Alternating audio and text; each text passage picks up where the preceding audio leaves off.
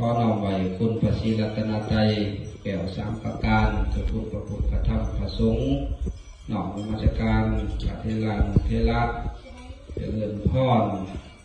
การนำภาครัฐทุกขันตลอดขอบคุณญาติโยมชาวพุทธทุกท่านนะอาตมาภาพพระอาจารย์ผู้โกยเทศปัญญาดังนาเจ้าอธิการวัดเกี่ยวมงคุนบ้านน้องเผิงเมืองแล้วแข้งสารวัน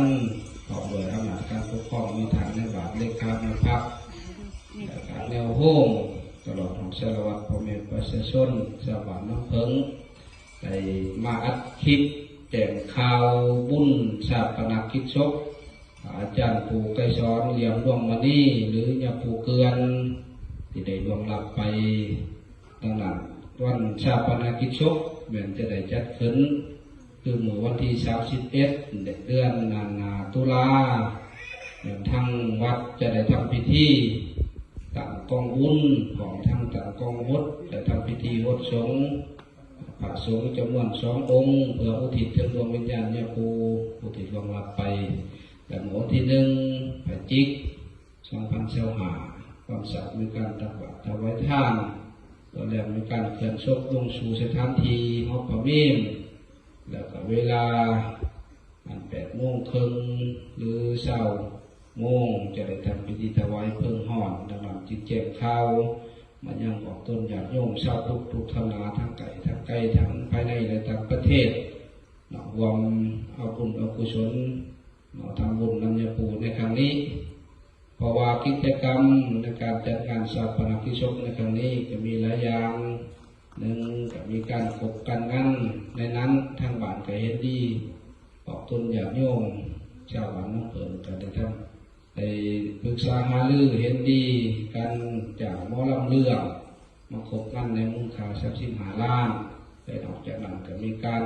ตั้งกองพดอีกจำนวน2 กองเพื่ออุทิศถึงดวงวิญญาณแม่ครูอาตมาในนามตั้งหน้าออกต้นญาติโยมครูบาอาจารย์จากอธิการวัดแห่งนี้เป็นขอข่าวบุญข่าวกุศลนักออกต้นญาติโยมพร้อมกินของท่านตามศรัทธามาลาตันแบบตันนี้เพื่อนำไปใส่อันนึงจะเป็นการก่อนจะเปิดงานนี้ก่อนจะ